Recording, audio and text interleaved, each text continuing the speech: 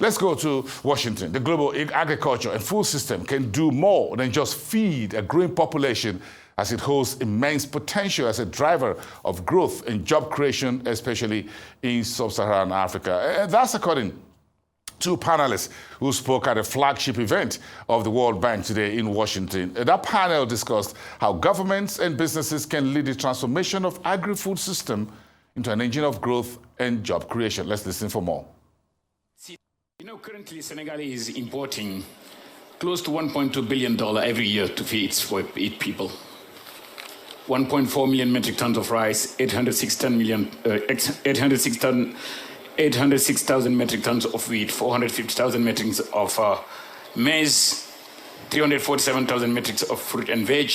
And we strongly believe that across the value chain of those commodities, 100,000 of jobs could be created by creating a cooperative in the 557 communes in the country, from certified seed production, unlocking the value chain across production, transformation, storage, and linking also the domestic market, the regional and international market. And we strongly believe that it's only and only across those value chains those thousands of jobs could be created. Today, if you see how the agriculture and livestock sectors are fragmented in our countries, technology can be used to leapfrog how Africa should feed Africa, but also linking the agribusiness, the agri-sector and the livestock sector of Africa into the international commodity market. Please allow me to give you just one example. Senegal is importing close to 100 million euro of powdered milk every year. To produce this locally, we need 55,000 cows. We need not more than 20,000 hectares of maize silage. Can you imagine all those number of small jobs that could be created? Again, livestock, farming, transformation of milk locally. These are thousands of jobs, 100,000 of jobs that could be created. After spending 27 years abroad in the international banking market, when I came back home, this is exactly what I did. And by creating 6 small companies, I have created hundreds of jobs. And in the next coming 12 to 24 months, we're going to be creating over 500 jobs. And I strongly do believe that me being the Minister of Agriculture, this is what I'm trying to replicate by, handing over, by asking the private sector through private-public partnership to support governments and doing this together. First question I always ask is that, have we created the right model to attract the youth to agriculture?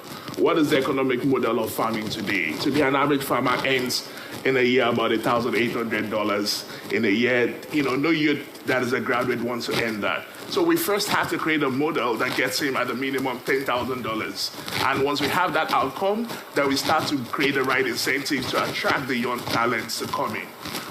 Today, Africa, being in focus, has the first time ever where our farmers are educated, they have a phone, and they're on the social network. That's the first time it's ever happened. But we still treat them and transact with them like we did 30 years ago.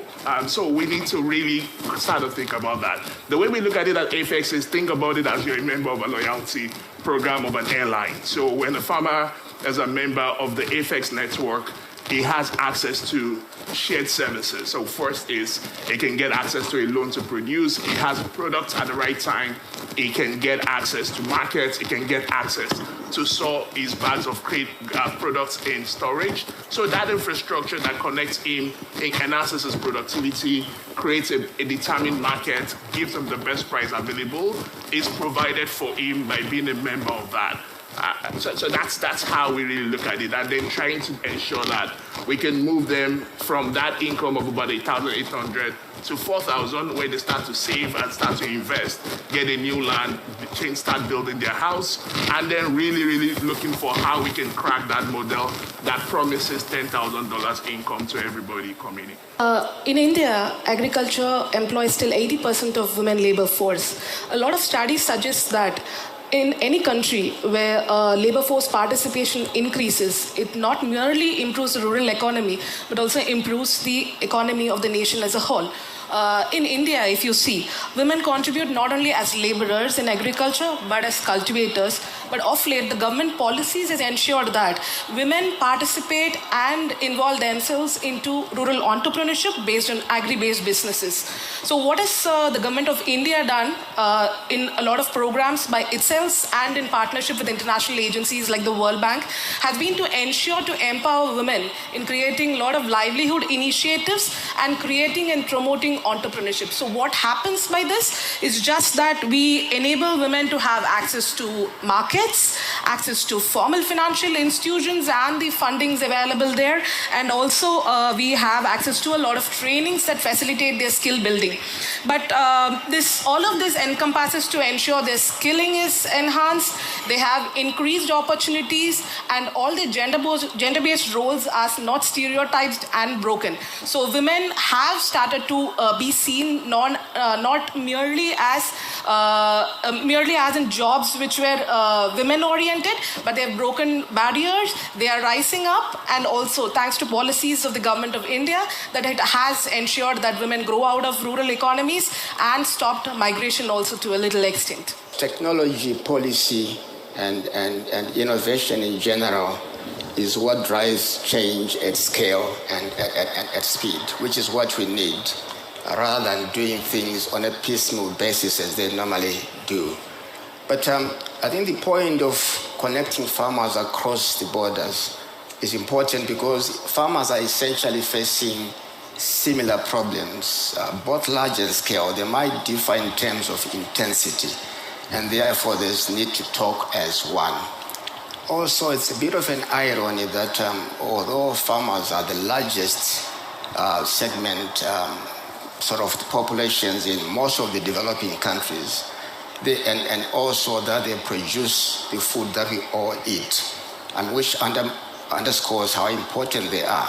They still remain the most undernourished, and they also still remain the poorest. I think that is a very bad indictment into the kind of agriculture that we do, both for young farmers, for women farmers. How is it possible that they are the engine of nutrition, the engines of development, the engines of everything, and they still remain the poorest? So there's something to do about how we do development, in my view. This is about power imbalances, whether talking of women or talking of young farmers, or a general farmer, between the different actors in the value chain. It's about the distribution of risk and reward across the entire chain that sort of lowers most of the risk to the primary producers where the farmers sit, and also the lowest return there. And as the risk profile reduces as you go up the value chain, you find that also the reward sort of profile increases. So until and unless we deal with the balance of power and the governance of value chains, we are going to remain as we are. I think it's important.